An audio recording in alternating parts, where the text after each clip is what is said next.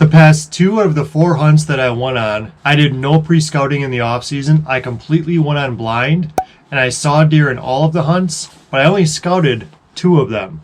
How did I do that? I'm going to share with you the step-by-step process that I use that's worked for me, not knowing really anything about a property, and I still end up finding deer sign and deer. I just got set up. There's a swamp out there.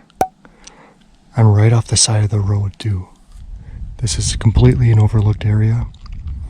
There's a trail coming through here because the ground gets a little higher here, so it creates an edge over there. The wind is blowing in my favor, and I suspect that there's a lot of good bedding out there in that swamp. There's a little creek that runs through the middle, but there's a lot of bushes and things that are higher off the ground that deer can bed in. Trails all over the place, crisscrossing in here.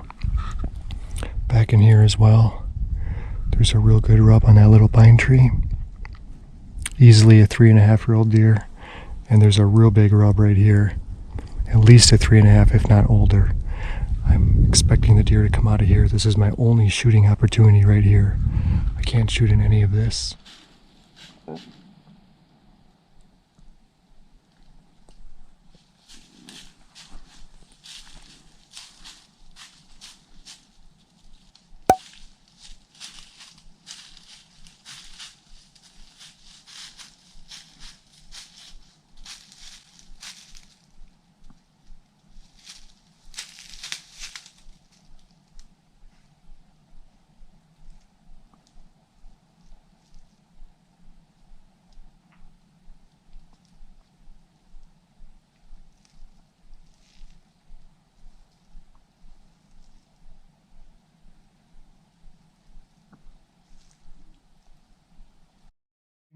The first thing I do is I look for a habitat online that's diverse and in particular has edges where 2 habitats come together.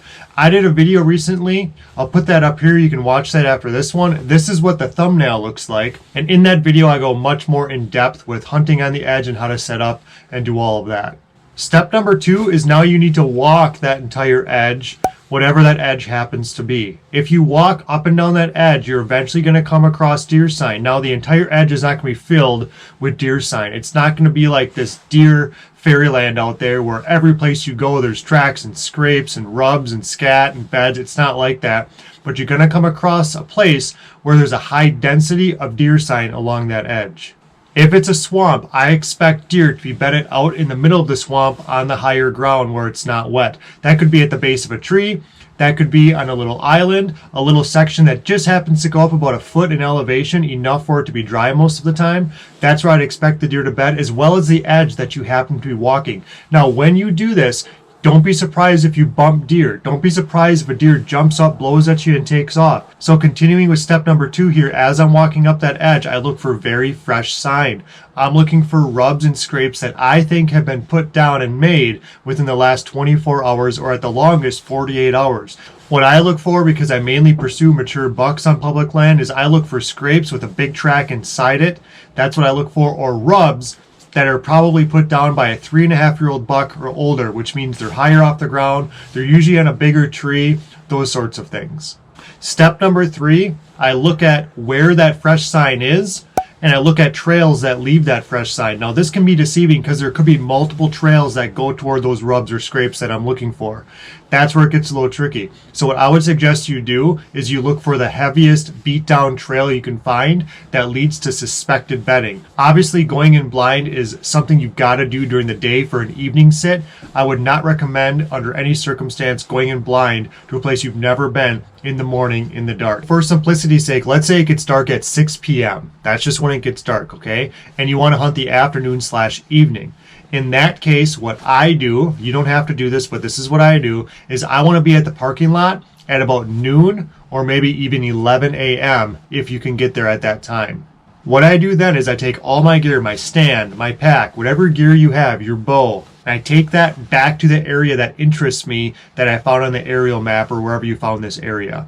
Once I get back in that general area, I'm not walking around scouting with all that stuff on my back. What I do then is I set that on the ground. I mark the location of my gear on Onyx. So once that's set down, all I do is I take my binoculars, and I take my phone on Onyx or HuntWise or whatever app you normally would use for hunting, and I start walking these transitions to find bedding or scrapes or rubs. Usually it's better for me to find rubs and scrapes. That way I'm not spooking deer in the process. It's good when bedding's out a ways and you're just on the sign they're leaving when they get up from their bed. Then for the next 2 or 3 hours, from like noon until 3 p.m., I'm just looking for good sign.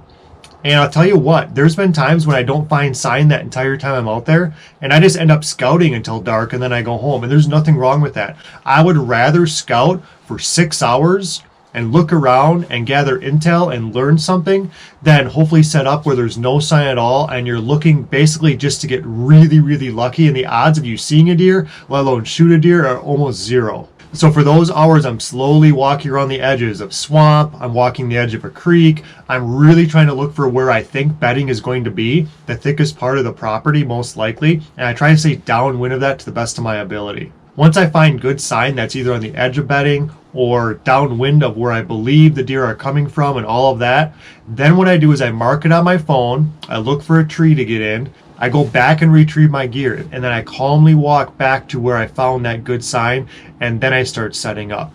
The reason is because I don't want to be really sweaty walking around, and if I don't find anything at all, I'm 2 miles back in the middle of nowhere with tons of gear that I don't want to have to carry all the way back to the car at the end of the day unnecessarily. Obviously, if you find sign right away, you don't need to keep scouting if you're confident that that's the sign you want to set up on. Get right to it. Set up your stand. There's more time spent actually hunting than looking around. You may hunt flatland a lot. If you click on this video, I think it's really going to help you and it's going to increase your confidence next time you do that. Don't forget to subscribe over here.